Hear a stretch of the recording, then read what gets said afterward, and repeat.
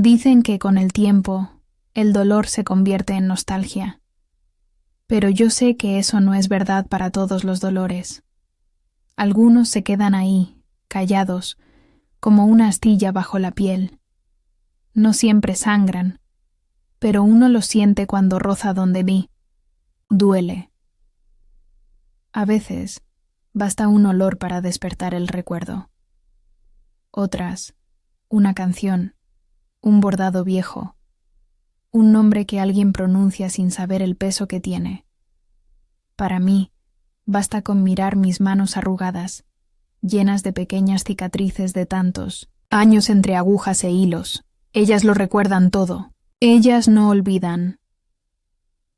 Me llamo Carmen del Rosario Márquez Ruiz. Tengo 78 años y vivo en una casita amarilla en las colinas de Oaxaca, desde donde se puede ver el valle extendido como un mantel verde, ancho y lento. A los ojos de quienes pasan, soy solo una anciana sentada a la sombra de una bugambilia, bordando manteles con flores rojas y corazones azules. Pero cada puntada que doy encierra una memoria, y hay una, en especial, que nunca he logrado desilvanar. Era muy joven cuando conocí a Esteban. Apenas tenía 21 años. El cabello me caía hasta la cintura y los ojos estaban llenos de sueños. Era otra época. Las muchachas no hablaban fuerte, no salían solas, y se les enseñaba desde pequeñas que el destino más noble para una mujer era el matrimonio. Yo no era diferente. Creía que la vida era como esas novelas de bolsillo que leía a escondidas. Bastaba amar con el alma, y todo lo demás se acomodaría por arte de magia. Esteban era apuesto. No de esos que parecen actores de cine, pero tenía algo que atraía. Alto, de piel morena, sonrisa fácil y una voz que sonaba como si siempre estuviera a punto de cantar. Trabajaba en la tienda de telas de su padre, en el centro del pueblo. Lo conocí un día de mercado, cuando fui con mi madre a comprar una pieza de algodón azul para hacerme un vestido de domingo. Me miró como si ya me conociera. Me preguntó el nombre. Hizo una broma tímida, y antes de darme cuenta, ya estaba sonrojada como una niña tonta. Y eso era lo que yo era. Durante 2 años vivimos un noviazgo de esos que se escriben en cartas. Esteban me traía flores silvestres, dejaba notitas escondidas en el bolsillo de mi delantal, y me prometía el mundo con palabras dulces. Nunca me tocó con falta de respeto. Era educado, atento, el tipo de hombre que las madres bendicen y las vecinas envidian. Y yo, tonta y enamorada, creía en cada promesa.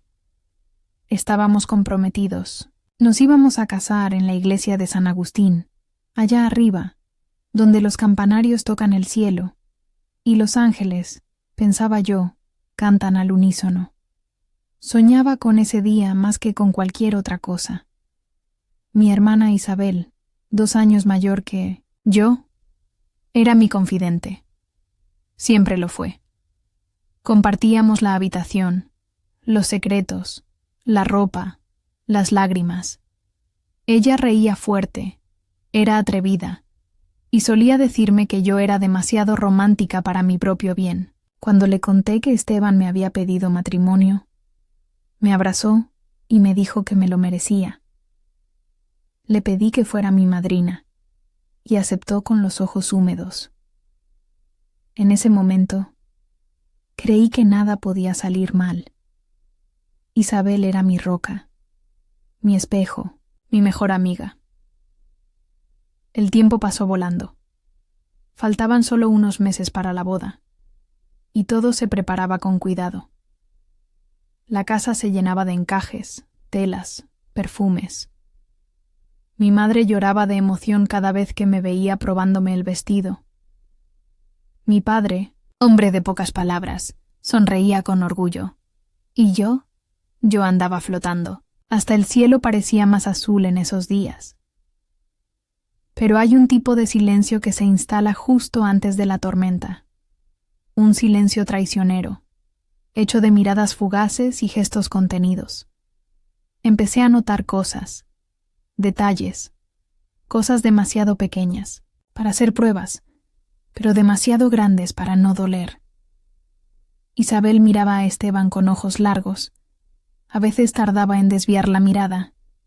Él, por su parte, se volvía extraño cuando ella estaba cerca, pero cada vez que mi cabeza intentaba armar el rompecabezas, mi corazón decía: «No, Carmen, es solo tu imaginación. Eres insegura. Isabel es tu hermana. Él te ama». Yo quería creerlo, y lo creí. Hoy, cuando cuento esta historia, la gente se asombra de la calma con la que hablo. Piensan que olvidé, que lo superé, pero no saben cuánto dolió, cuánto sigue doliendo. Durante muchos años guardé esta historia como si fuera culpa mía, como si hubiera sido demasiado ingenua, demasiado ciega, demasiado romántica. Y quizá lo fui, pero hoy, con el cabello plateado y el alma cosida de cicatrices, entiendo que hay dolores que no se superan, se sobreviven, y así fue como empezó todo. Si estás disfrutando de escuchar las historias de la abuela, no te olvides de darle like y suscribirte al canal para apoyar nuestro trabajo. Al fin y al cabo, la edad avanzada no es una carga, es un regalo, un baúl lleno de experiencias, aprendizajes y relatos que merecen ser escuchados con cariño. Así podemos seguir, trayendo historias reales y conmovedoras que tocan el corazón, inspiran valentía y nos hacen reflexionar sobre la fuerza silenciosa de las mujeres que vinieron antes que nosotras. Muchísimas gracias por estar aquí con nosotras. Formas parte de este tejido de memoria y afecto que une a generaciones. Hay fechas que se quedan grabadas en la memoria como cicatrices invisibles. Para muchos, el día de su boda es uno de los más felices. Para mí, fue el más devastador.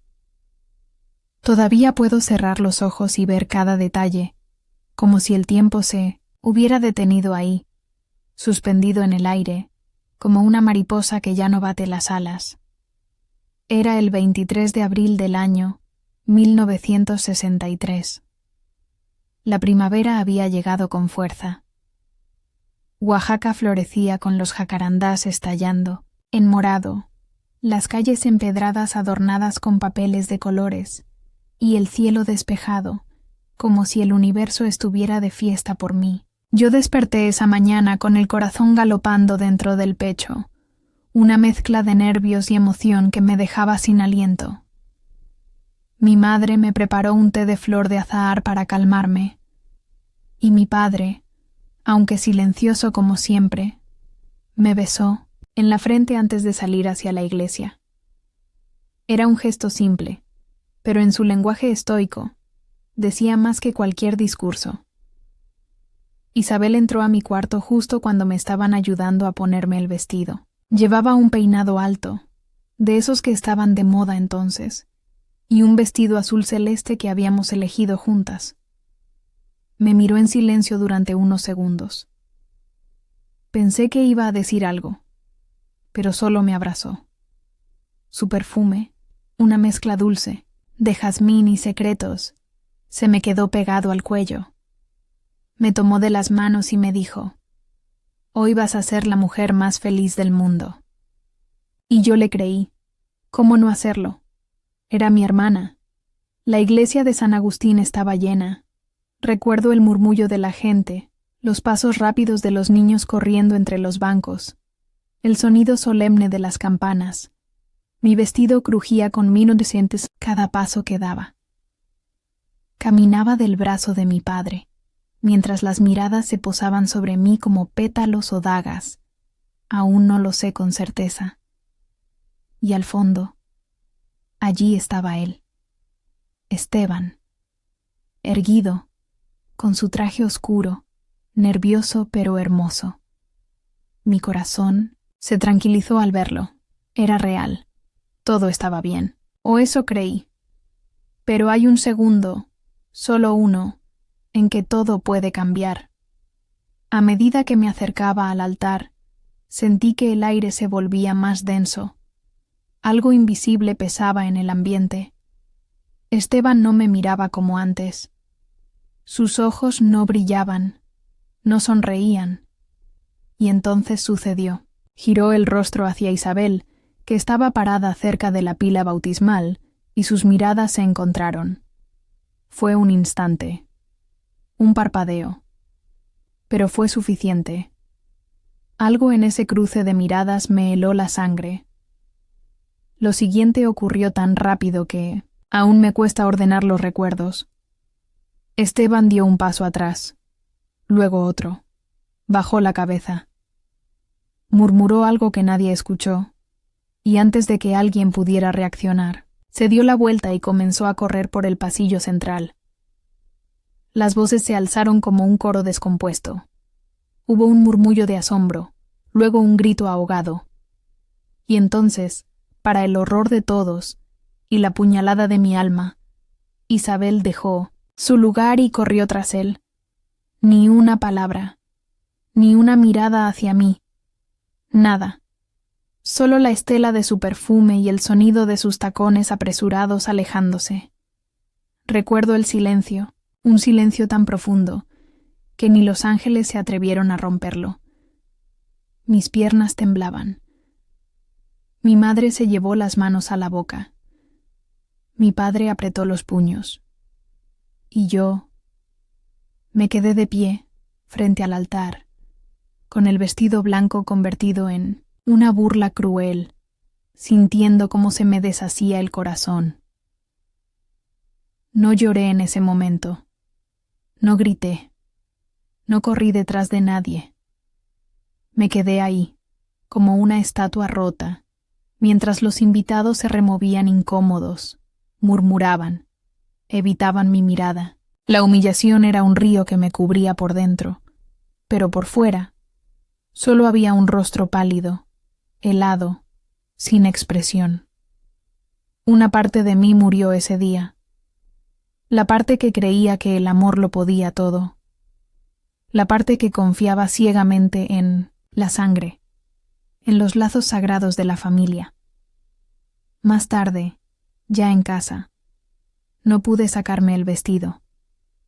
Me encerré en mi habitación y me quedé sentada en la orilla de la cama, con las flores del ramo marchitándose entre mis dedos. Mi madre golpeaba la puerta de vez en cuando, suplicando que hablara.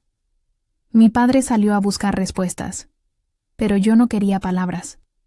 Solo quería entender en qué momento me convertí en una mujer abandonada, traicionada por el hombre al que amaba y por la hermana que más había amado. Pasaron las horas, y con ellas llegó la noche. Afuera, la ciudad seguía viva, como si nada hubiera pasado. Los perros ladraban, las campanas de otra iglesia anunciaban la misa de la tarde, y yo seguía con el vestido blanco puesto, convertida en el eco de una boda que nunca fue.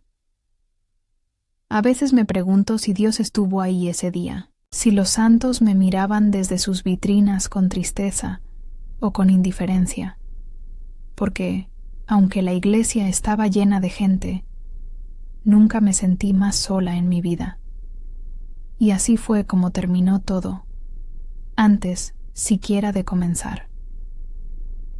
Los días que siguieron fueron como caminar en una neblina espesa. Todo a mi alrededor parecía estar envuelto en un velo gris, como si la vida hubiera perdido color y sonido. Las personas hablaban, pero sus voces me llegaban lejanas, amortiguadas, como si estuvieran detrás de un vidrio grueso. Yo misma me sentía distante de mí. Caminaba por la casa como un fantasma que arrastraba el vestido de novia, como si no supiera a dónde ir ni qué hacer con tanto silencio dentro del pecho. Después de aquel día en la iglesia, no volvimos a saber nada de Esteban ni de Isabel. Se fueron, juntos. Lo supe por mi padre, que preguntó discretamente en el pueblo, en la tienda de telas, en la estación de autobuses. Nadie quiso dar detalles, pero una vecina le comentó haberlos visto. Tomar un camión hacia Veracruz. Veracruz. Ese nombre se volvió un cuchillo en mi oído. Cada vez que lo escuchaba, me dolía el cuerpo entero. Mi madre se encerró en la cocina durante semanas. Horneaba sin parar. Pan dulce, empanadas, pasteles que nadie comía. Era su forma de no pensar, de no llorar. Mi padre salía temprano y volvía tarde, con el sombrero más bajo que de costumbre. No hablaba, no preguntaba. Pero cada vez que pasaba junto a mí, me ponía una mano en el hombro, apretando apenas, como si quisiera decirme que aún estaba ahí, que no me había fallado él también. Yo pasaba las horas en el patio, sentada junto al jazmín que Isabel y yo habíamos plantado de niñas. Me dolía el olor, me dolía la tierra, me dolía estar viva. No comía, no hablaba, solo bordaba.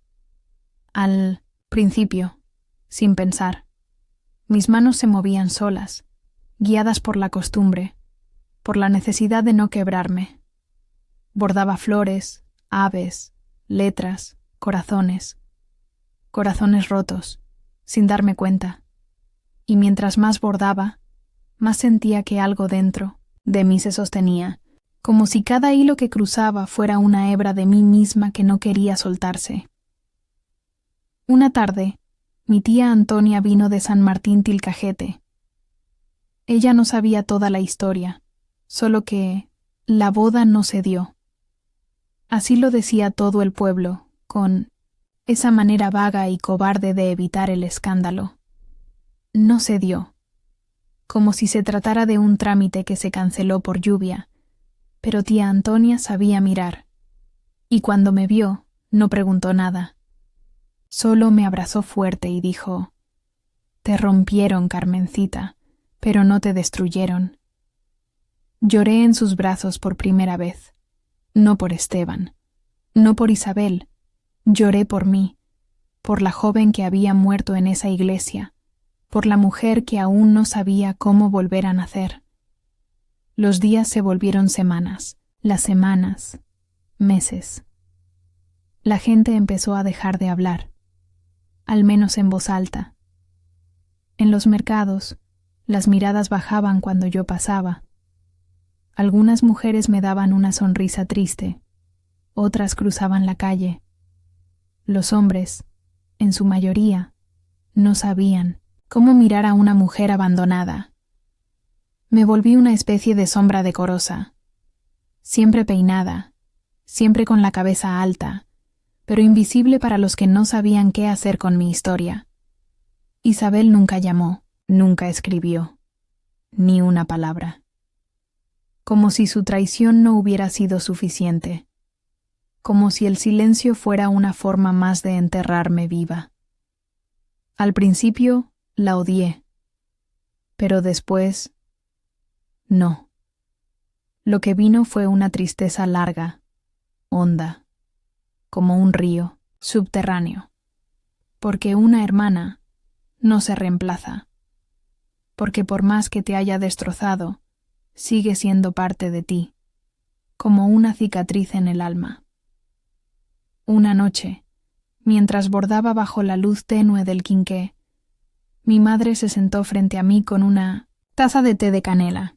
Me miró largo, con los ojos cansados y rojos, y dijo algo que jamás olvidaré. «Hija, no tienes que ser fuerte hoy, solo respira, mañana es otro día». Y eso hice. Respiré. No supe si quería seguir, pero seguí. Un día después del 20 otro. Una puntada detrás de la otra. Poco a poco, el dolor se volvió parte de mí, como una sombra que ya no me asusta. Fui saliendo al pueblo. Volví al mercado. Me saludaban con cautela, pero ya no me escondían la cara. Algunas mujeres se acercaban a contarme sus propias penas, como si mi historia les diera permiso para hablar de las suyas. Y así, sin querer, empecé a tejer algo más que telas. Tejí vínculos, consuelo, compañía. Fue entonces cuando tomé la decisión de transformar mi rincón de bordado en un pequeño taller. Lo llamé Las Hijas del Hilo. Al principio, era solo yo y una vecina.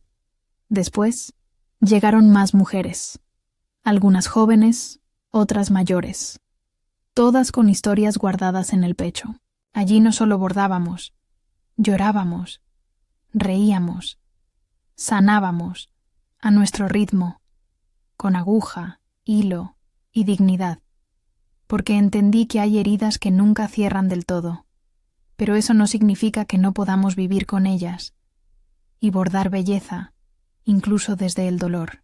Dicen que una mujer que se reconstruye no vuelve a ser la misma, y es cierto, porque después del dolor no se regresa, se avanza diferente, más callada, más atenta, más fuerte, no porque se quiera ser fuerte, sino porque no queda otra opción.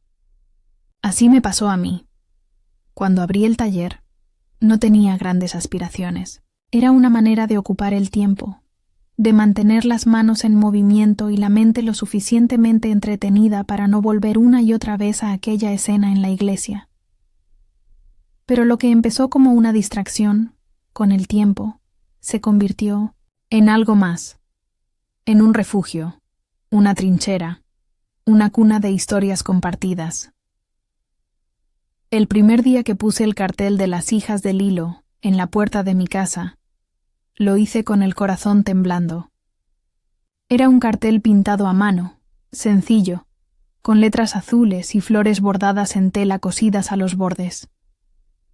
Pensé que tal vez nadie vendría, que la gente seguiría viéndome como la que fue dejada en el altar, o la hermana de la traidora.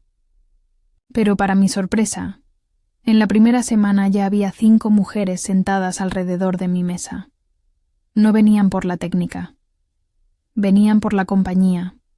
Una de ellas, doña Tomasa, tenía 73 años y bordaba con la vista más aguda que muchas jóvenes. Había perdido a su esposo en un accidente y decía que, desde entonces, su única compañía eran los hilos y los recuerdos. Otra, Pilar, una muchacha de apenas 18 años, venía con los ojos tristes, escapando de una historia de violencia que no decía en voz alta. Y así, poco a poco, el taller se fue llenando no solo de bordados, sino de vidas rotas que encontraban en el hilo una forma de recomponerse. Yo las escuchaba.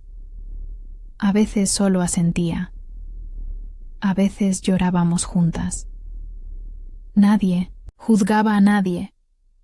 En ese espacio, lo que importaba no era lo que habíamos perdido, sino lo que estábamos dispuestas a reconstruir.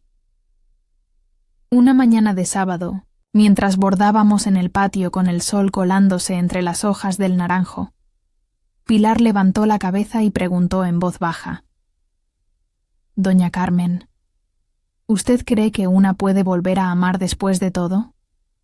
Me quedé en silencio. La pregunta flotó en el aire como una mariposa temerosa. Las demás dejaron de bordar. Todas miraban, esperando mi respuesta. Y entonces, sin pensar demasiado, dije: «Sí, pero no como antes, no con los ojos cerrados.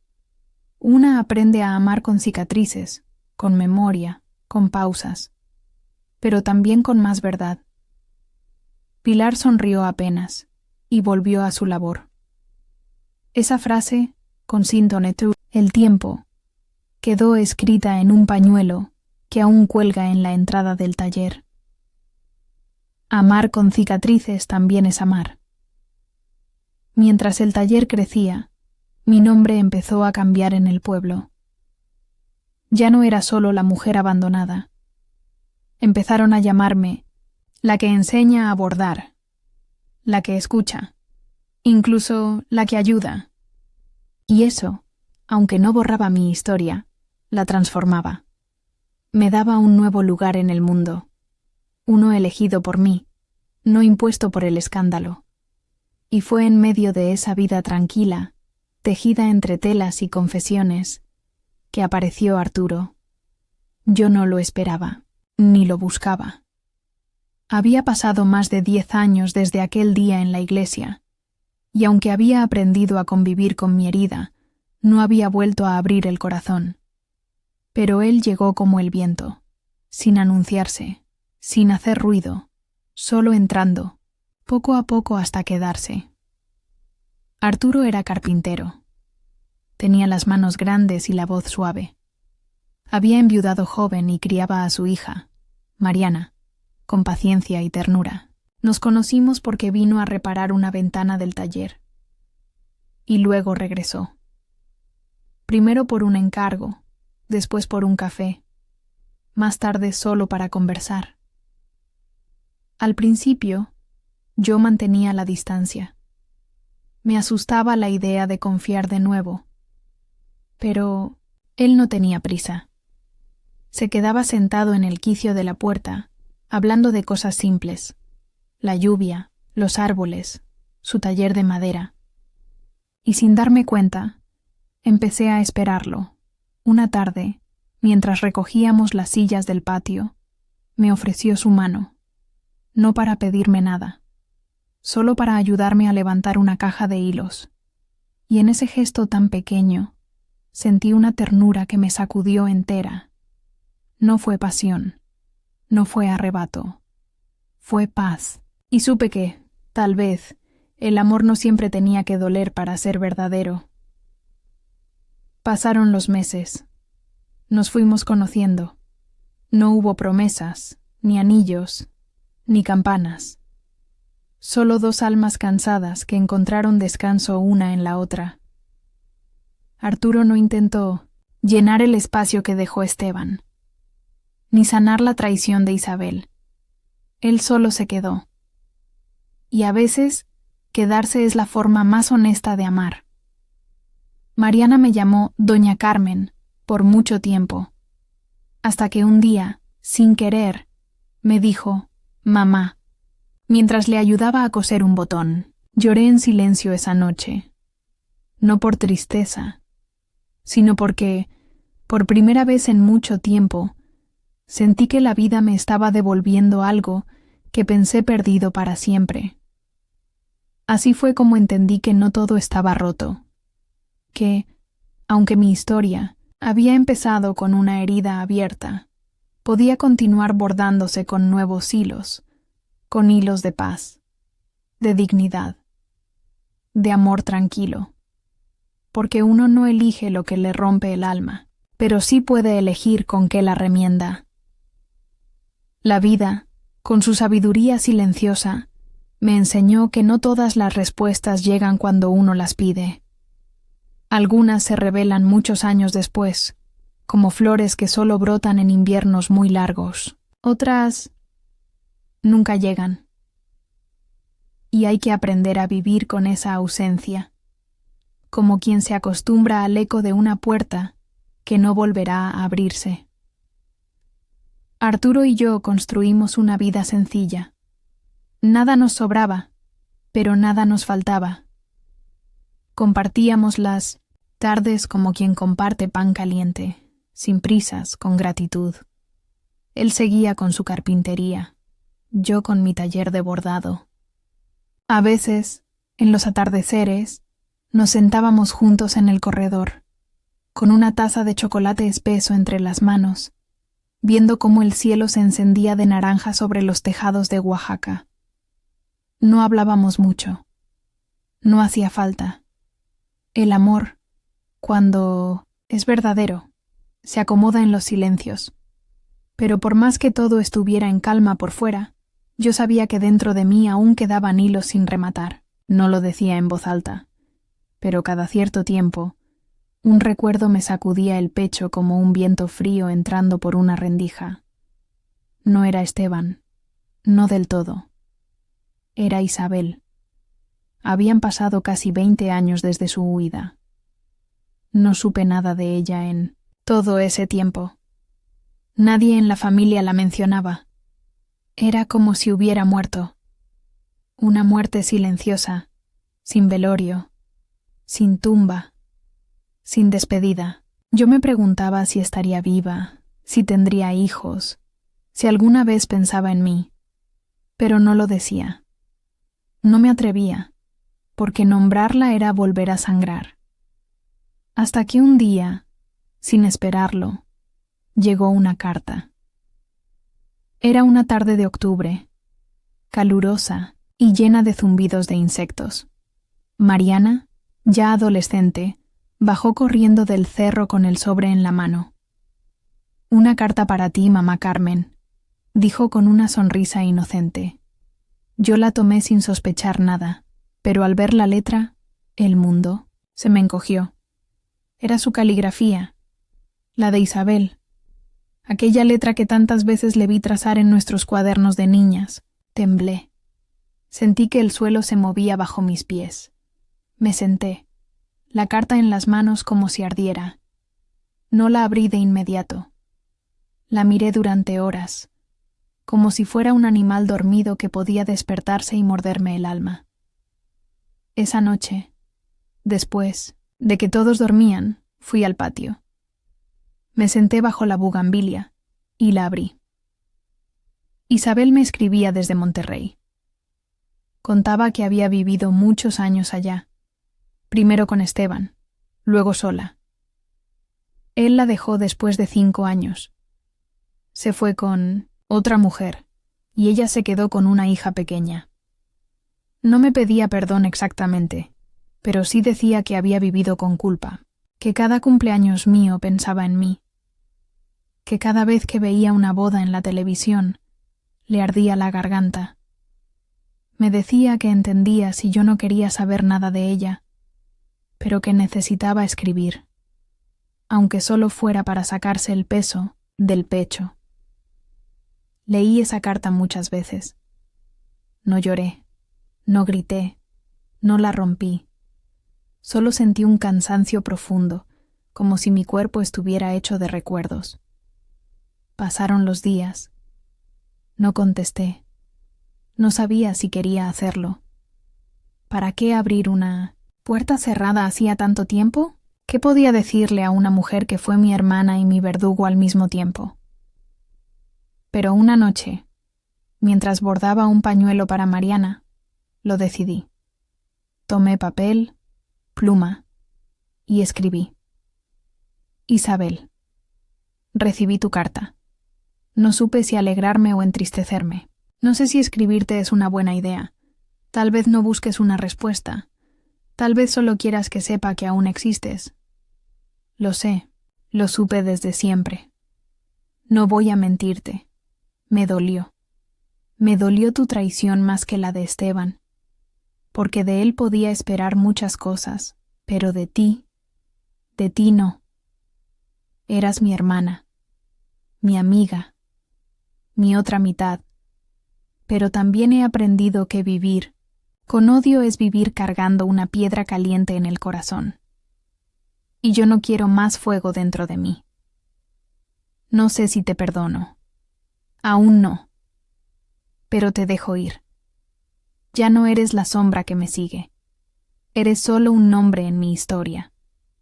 Y yo decidí escribir. Otras páginas. Cuida a tu hija. Ámala con fuerza. No le repitas lo que tú hiciste. Enséñale a amar sin mentir. Eso es todo. Carmen. No la envié. La guardé en una caja de madera, junto a algunas fotos viejas, cartas de Arturo, dibujos de Mariana. A veces la saco y la releo, no para volver al pasado, sino para recordarme quién soy ahora. Porque comprendí que hay palabras que sanan, incluso cuando no llegan a destino. Durante muchos años evité pasar siquiera por la calle donde se alzaba la iglesia de San Agustín. No era miedo, era algo más profundo, más enredado, un respeto doloroso por lo que esa iglesia había significado para mí y por lo que me había quitado. Cada piedra de su fachada, cada campanada que a veces oía desde lejos, era un eco del día que marcó mi vida con un hierro invisible. Pero el tiempo es paciente. Trabaja despacio, como el agua sobre la roca. Y hay heridas que, aunque nunca cierran del todo, dejan de arder con el paso de los años. Así que una mañana cualquiera, sin anunciarlo a nadie, decidí regresar. Fue un sábado. No había misa, y el pueblo estaba envuelto en ese silencio sereno que a veces visita los fines de semana. Caminé sola, con paso firme, respirando hondo, como quien se prepara para cruzar una tormenta. Al llegar a la iglesia, me detuve frente a la puerta. Era más pequeña de lo que recordaba, o tal vez era yo la que había crecido desde entonces. Empujé la pesada madera, que crujió con un sonido seco y antiguo. Adentro, el aire olía a incienso, madera vieja y rezos callados. Estaba vacía. Solo yo, los bancos alineados como soldados, dormidos, y la luz tibia entrando por los vitrales, tiñendo el suelo de colores. Avancé despacio por el pasillo central. Cada paso era un recuerdo. Cada paso, una puntada más en la tela de mi alma. Me senté en el mismo banco en el que había estado aquel día, vestida de blanco, esperando un sí que nunca llegó. Cerré los ojos. No lloré. No sentí odio. Solo una nostalgia honda, pero serena. Como si, después de tanto tiempo, ese lugar ya no tuviera poder sobre mí. Me quedé en silencio largo rato. Recé. Sí, pero no con palabras memorizadas. Recé con el corazón. Pedí paz para mí, para Isabel, incluso para Esteban, donde sea que estuviera. Y cuando abrí los ojos, sentí que algo dentro de mí se había soltado. No algo dramático, nada ruidoso, pero sí real, como si por fin hubiera recuperado ese pedacito de mí que había quedado atrapado entre aquellas paredes. Al salir, el sol me golpeó con fuerza.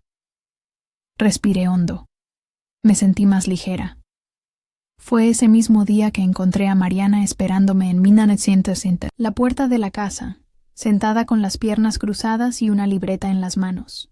Tenía 16 años, la edad en que las preguntas comienzan a picar más fuerte que nunca. ¿Dónde estabas, mamá Carmen? Fui a cerrar un capítulo, le respondí. Ella me miró sin entender del todo, pero sonrió y me ofreció su libreta. Estoy escribiendo un cuento, me dijo, sobre una mujer que fue traicionada pero no se dejó vencer. Lo abrí y leí las primeras líneas. Eran sencillas, pero honestas. Había algo de mí en ese personaje, y algo de Mariana también. Le acaricié el cabello y le dije que lo terminara, que las historias, incluso las más tristes, merecen ser contadas hasta el final. Esa noche, mientras cenábamos pan con chocolate, Arturo me miró desde su silla y me dijo: «Te ves distinta hoy». «Me siento distinta», respondí. «¿Contenta?» «Libre». Así fue como, sin buscarlo, cerré el círculo.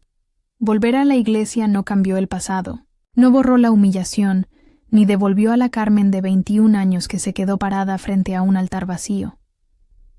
Pero me permitió mirarla de frente, tomarla de la mano, decirle: «Lo lograste», porque esa joven que fue herida públicamente, que se escondió del mundo, que lloró en silencio tantas noches, se convirtió en la mujer que soy. Una mujer que bordó su propia historia con los hilos que la vida le dio, aunque estuvieran rotos, que creó un taller donde otras también aprendieron a remendarse, que aprendió a amar de nuevo sin perderse, y que, después de todo, sobrevivió. En el taller, entre agujas, tazas de café y murmullos compartidos, aprendí que el dolor tiene muchas formas. No siempre llega como una tragedia escandalosa. A veces entra sin hacer ruido, se instala en el pecho y se queda ahí, ocupando espacio sin pedir permiso. Las mujeres que venían a las hijas del hilo lo sabían bien. Cada una traía su herida cosida bajo la blusa, una tristeza que no siempre se podía nombrar, pero que se entendía en el silencio de una puntada lenta, en la forma en que los ojos se llenaban de agua sin necesidad de palabras. Una mañana llegó una mujer que nunca había visto, morena, delgada, con el cabello recogido en una trenza larga que le caía hasta la cintura. Se llamaba Eugenia. No dijo mucho. Se sentó en un rincón, pidió hilo rojo y comenzó a bordar sin siquiera mirar a las demás. Yo me acerqué, le ofrecí un té de anís y con el tiempo, no ese mismo día ni la semana siguiente, sino mucho después, me contó su historia. Había sido madre muy joven. Su esposo la había abandonado con 2 hijos pequeños. Vivía en la casa de su suegra, porque no tenía a dónde más ir. Bordaba para vender, pero sobre todo para no perder la cabeza. Cuando terminó su primer mantel en el taller, lo levantó y lo miró con ojos brillosos. Nunca había hecho algo solo para mí, susurró.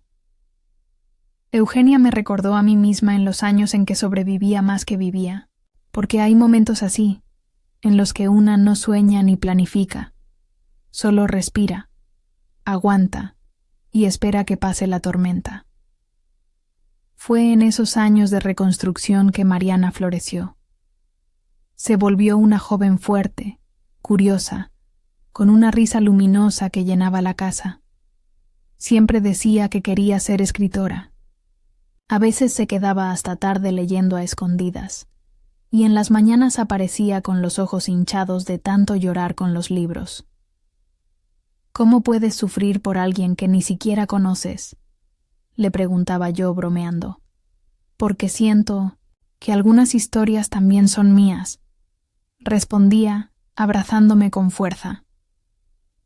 Y entonces entendí algo importante, que mi historia, esa que yo pensaba que solo me pertenecía a mí, también era de ella, que mis cicatrices eran parte de su origen, y que, de alguna manera, ella también había heredado mi resiliencia, mi capacidad de bordar el dolor en algo bello. Arturo, por su parte, seguía siendo el corazón silencioso de nuestro hogar. Nunca fue un hombre de grandes discursos, pero su forma de amar era constante, práctica, fiel. Me preparaba café todas las mañanas sin falta. Me traía flores de papel hechas por Mariana. Me construyó una mesa nueva para el taller, más grande, para que quepan más historias, me dijo. Y yo me volví otra, sin dejar de ser la misma. Una tarde, Pilar, la joven que un día preguntó si era posible volver a amar después del dolor, regresó al taller después de varios años. Había estado viviendo en Puebla, estudiando enfermería. Se había casado con un hombre que la miraba como quien cuida una flor rara, me dijo. Y trajo a su hija, una niña pequeña de 1909, ojos atentos y manos curiosas. Quiero que aprenda a bordar, me dijo, como yo aprendí contigo. Se me llenaron los ojos de lágrimas. No por nostalgia, sino por la certeza de que algo habíamos hecho bien. Porque en ese taller no solo bordábamos tela, bordábamos dignidad, bordábamos futuro. Fue entonces que Mariana me propuso algo que no esperaba. Mamá Carmen, me dijo una noche mientras cenábamos, quiero escribir tu historia. ¿Mi historia? Sí, toda. Desde el principio. Desde antes del vestido blanco hasta hoy. Porque muchas mujeres necesitan Saber que se puede sobrevivir, que se puede ser feliz después del infierno. La miré con los ojos llenos de emoción. No sabía si reír o llorar. Mariana tomó mi mano y la sostuvo con fuerza. ¿Te parece bien? Sí, le dije.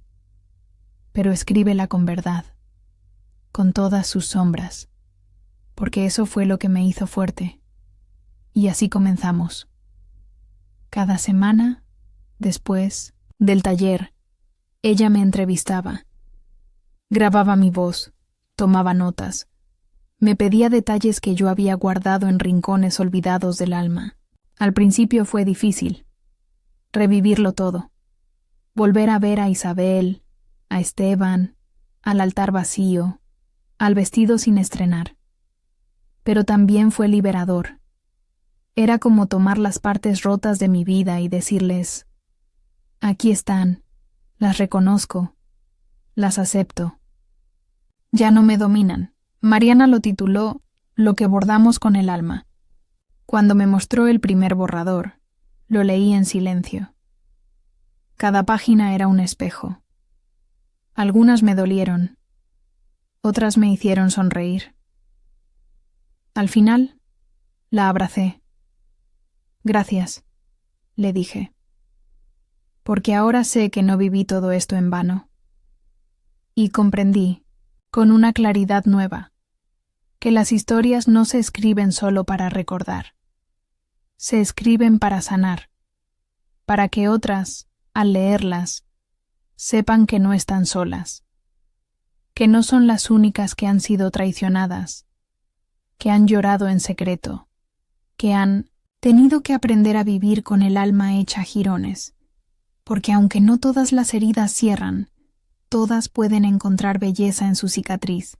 A veces creemos que ya lo hemos sanado todo, que los fantasmas han sido puestos a dormir para siempre, que el pasado, aunque no olvidado, ha sido colocado con cuidado en una caja cerrada con llave, y que lo que nos espera es solo paz y días tranquilos. Pero basta una chispa, un nombre, una coincidencia absurda, para que todo tiemble de nuevo. Fue un domingo por la mañana. Estábamos en el taller, celebrando el aniversario número 15 de las hijas del hilo. Las mujeres habían traído panes, frutas, atoles, y yo preparé un mole como los de mi madre. Las mesas estaban cubiertas de bordados coloridos, y colgamos en las paredes las obras más queridas de cada una. Todo era risa y música, niñas correteando entre sillas, abuelas sentadas, contando chismes con una sonrisa. Un día hermoso, lleno de vida. Y entonces, alguien pronunció su nombre, Esteban.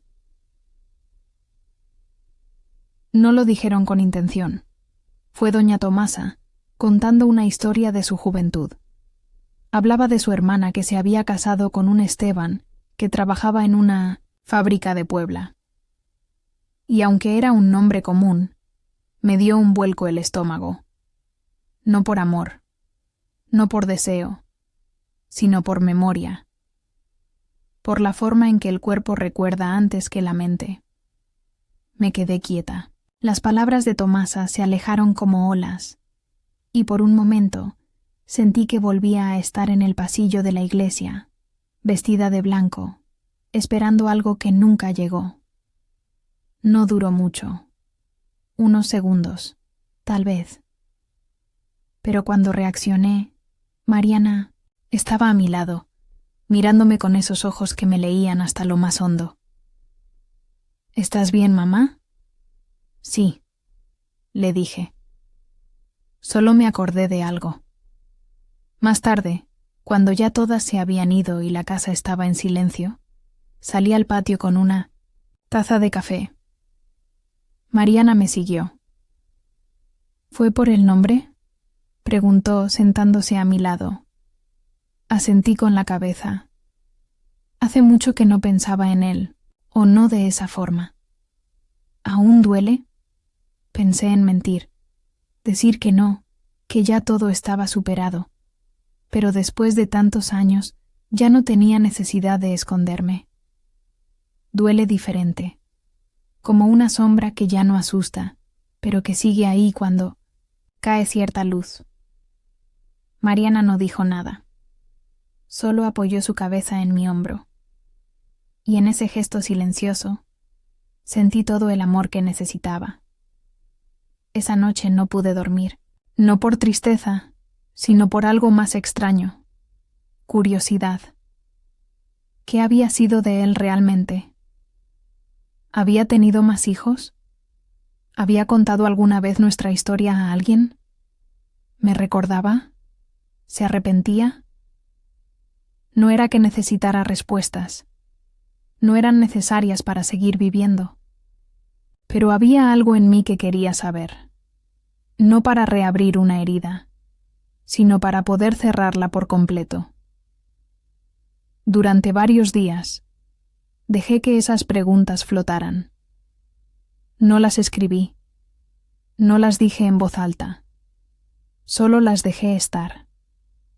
Y luego, un martes, por la tarde, Pilar, la misma joven que un día aprendió a bordar en mi mesa, me trajo una sorpresa. Fui a Puebla, a ver a mi tía, me contó, y allá conocí a una señora que me habló de un hombre, Esteban Ríos. Dijo que hace poco falleció. Sentí una punzada en el pecho, no de amor, no de pérdida. Era como si una puerta que había estado entreabierta por décadas se cerrara con un clic suave, definitivo. ¿Murió? Sí, vivía solo. La señora que lo cuidó los últimos años dijo que tenía una foto de una mujer joven en su mesa de noche. Nadie supo quién era. No pregunté más. No pedí detalles. Solo me quedé ahí, en silencio, con las manos cruzadas sobre el regazo. No lloré. No sentí alivio, ni venganza, ni tristeza. Solo paz.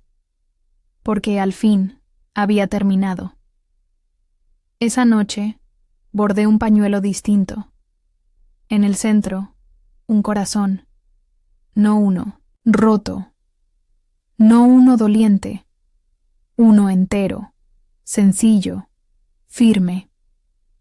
A su alrededor bordé palabras en letras pequeñas. Perdonar no es olvidar. Es no cargar más. Lo colgué en la entrada del taller, junto a otros tantos que narraban fragmentos de vida. Cuando las mujeres lo vieron, algunas me preguntaron quién lo había hecho. Otras simplemente lo entendieron. Y en el fondo, supe que no era solo para mí. Era para todas nosotras. Las que fuimos traicionadas, las que fuimos dejadas, las que, a pesar de todo, seguimos bordando. Porque hay nombres que un día nos marcaron, pero no tienen que definirnos para siempre. Hay un momento en la vida, uno solo, aunque muchos no lo reconozcan, en el que el alma se sienta en calma y susurra. Ahora sí, no se refiere a que todo esté perfecto, ni a que el dolor se haya evaporado como rocío al sol. Se refiere a otra cosa, a una plenitud que nace no de lo que tienes, sino de lo que lograste sostener, construir y transformar con tus propias manos, incluso después de haber sido derribada. Para mí, ese momento llegó una mañana cualquiera, con el canto de los pájaros colándose por la ventana y el aroma a pan tostado que Arturo preparaba en la cocina. Mariana ya no vivía en casa. Había publicado su primer libro, y se había mudado a la Ciudad de México. Aún así, cada semana me llamaba, me enviaba cartas escritas a mano, y en cada línea yo podía sentir el hilo invisible que nos unía. Madre del alma, me escribía a veces, y ese nombre, tan sencillo, tan cargado, me sanaba más que cualquier medicina.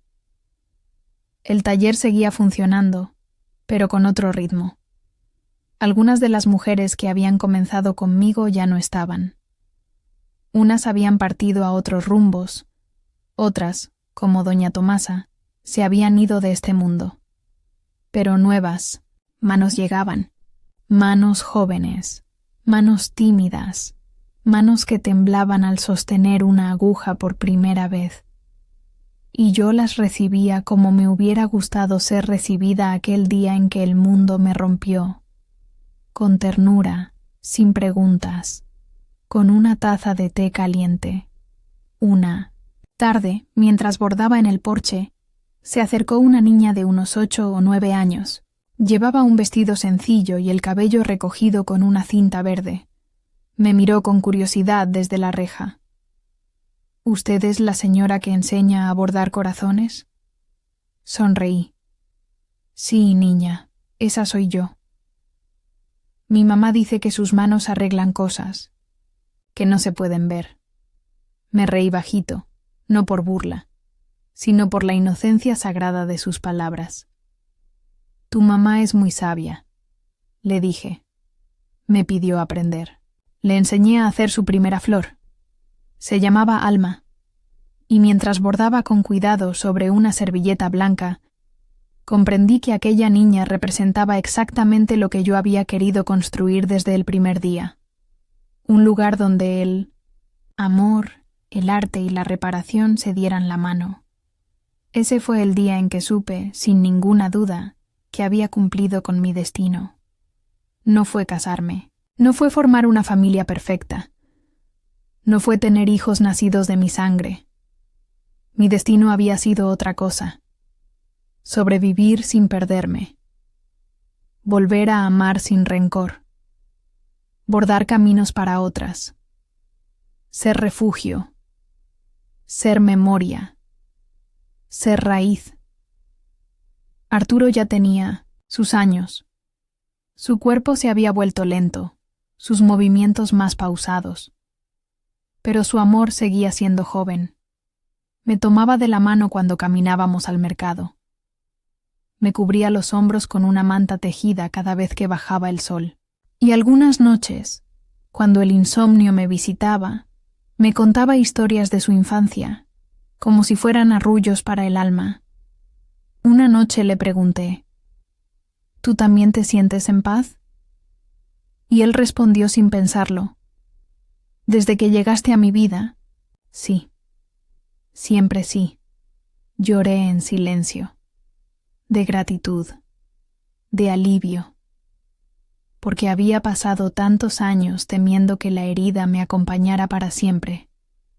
Y ahí estaba yo, sentada junto al hombre que me amaba con la dulzura de lo simple, con la fidelidad de lo pequeño, en una casa llena de bordados y memorias, en paz. Fue también por esos días que Mariana me visitó con una caja de libros recién impresos. Su editorial había decidido reeditar su novela, Lo que bordamos con el alma, y esa vez lo harían con más ejemplares, más alcance, más vida. Este es para ti, me dijo, entregándome el primero. El número 1. Lo abrí, y en la primera página había una dedicatoria que me hizo temblar. A mi madre del alma, Carmen Márquez Ruiz. Porque todo lo que soy lo bordaste tú. Me llevé el libro al pecho y lo abracé fuerte. Sentí que todos los fragmentos de mi historia se unían en ese momento. El altar vacío, la carta nunca enviada, el taller, las niñas que aprendieron a sanar con hilos de colores. Todo tenía sentido. Todo había valido la pena. Y fue ahí, justo ahí, en medio del patio, con el libro en mis manos y la mirada de mi hija sobre mí, que escuché dentro de mí la voz de la joven Carmen de 21 años. No lloraba. No me pedía explicaciones. Solo me sonreía y susurraba: Ahora. Sí, siempre supe que algún día llegaría el momento de poner la última puntada. No en una tela, en la historia.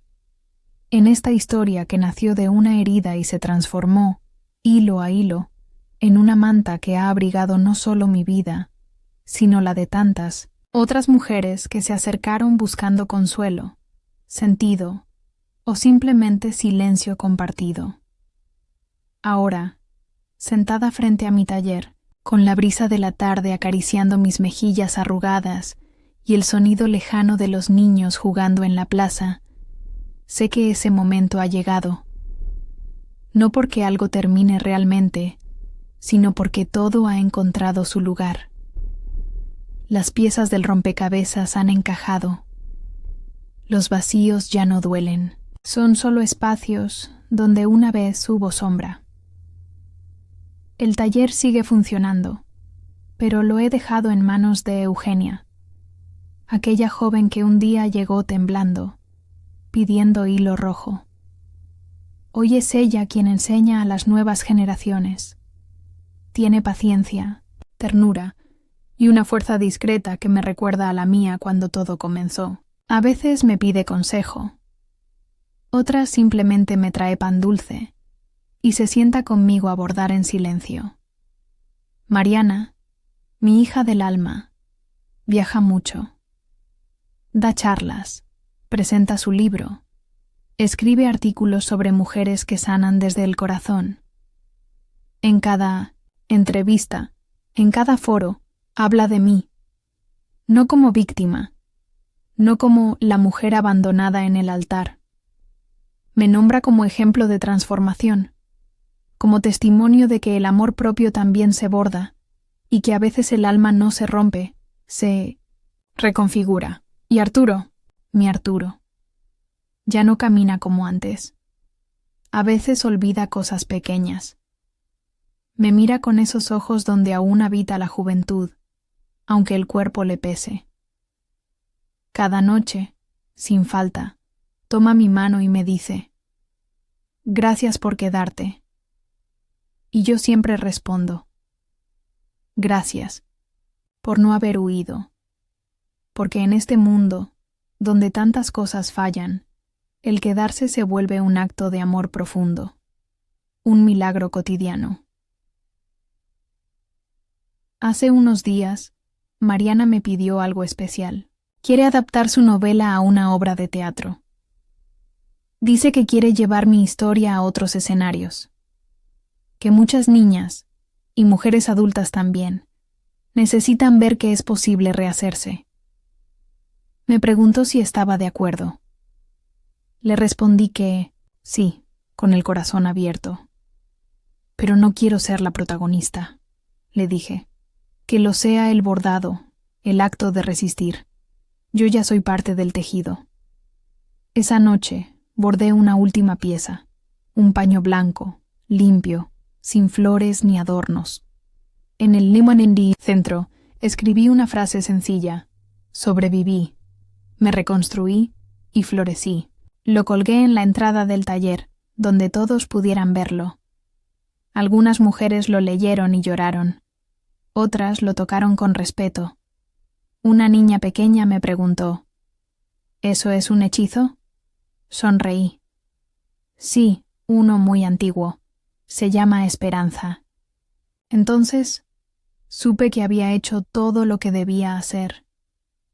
Que cada traición, cada lágrima, cada noche de insomnio, me había traído hasta aquí. No para quedarme encerrada en el pasado, sino para ser puente, semilla, refugio. Nunca imaginé que aquella joven plantada frente al altar, con el corazón hecho trizas, se convertiría en alguien así. Pero aquí estoy. Ahora, cuando me miran, no ven tristeza. Ven una mujer que se conoce, que conoce la herida y la cicatriz, que conoce la fragilidad y la fuerza, que aprendió a caminar sola y luego supo cómo compartir el camino. He dejado atrás las preguntas que nunca fueron respondidas. Ya no me pregunto si Isabel alguna vez lloró por mí, si Esteban pensó en volver. Lo que me importa ahora es que fui más allá de ellos, que no me quedé congelada en esa versión rota de mí, que el amor que no me dieron, me lo di yo, y que lo que recibí después fue digno, generoso y honesto. Hoy, si tuviera que resumir mi vida, lo haría así. Fui traicionada por amor. fui salvada por el amor, pero, sobre todo, fui salvada por mí. Y eso es lo que me hace sonreír cada mañana. La historia de Doña Carmen no termina aquí, porque hay mujeres que no necesitan finales felices, necesitan principios verdaderos. Y yo, por fin, soy dueña del mío. Así que cierro este libro, no con un punto final, sino con una última puntada, y en ella dejo mi nombre bordado, firme y luminoso. Carmen del Rosario Márquez Ruiz, mujer, hija, hermana, bordadora de destinos, sobreviviente y florecida,